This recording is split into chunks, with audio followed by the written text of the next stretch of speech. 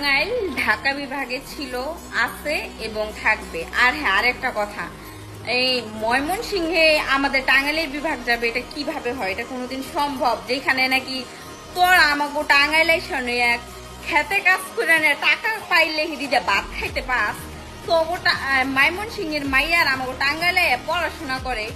মানে আমাদের টাঙ্গাইলের মানুষ কখনো ময়মনসিংহে, তবে তো রাস্তাই ছিল না ভাই। 2 দিন ধরে মনে করো জঙ্গল কাইটটা রাস্তা বানাইছোস। আমাকে টাঙ্গাইলের রাস্তা জীবনে চলতে পারবে। ঢাকা শহরের রাস্তার কথা বাদই দিলাম ভাই, আমাকে টাঙ্গাইলের যে রোড মনে করো কি কইতাম আর তরে এইসব কথা বাদ।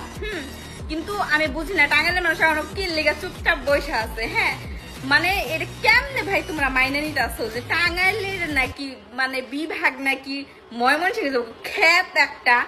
মানে ভাই ময়মনসিংহের মানুষদেরকে আপনারা যারা চিনেন, ওদের মানে ল্যাঙ্গুয়েজ শুনলে আপনি পুরো অবাক হয়ে যাবেন। মানে একটা খ্যাত বস্তি, এই সব লোকের এলাকায় নাকি মনে করেন যে জেলায় নাকি আমাদের টাঙ্গাইলের বিভাগ থাকবে, এটা কোনো কথা? মানে ভাই তোমরা কেমনে এখনো চুপ করে বয়ে আছো? এগুলা শোনার পর আমার একটু জানাও তো তোমরা।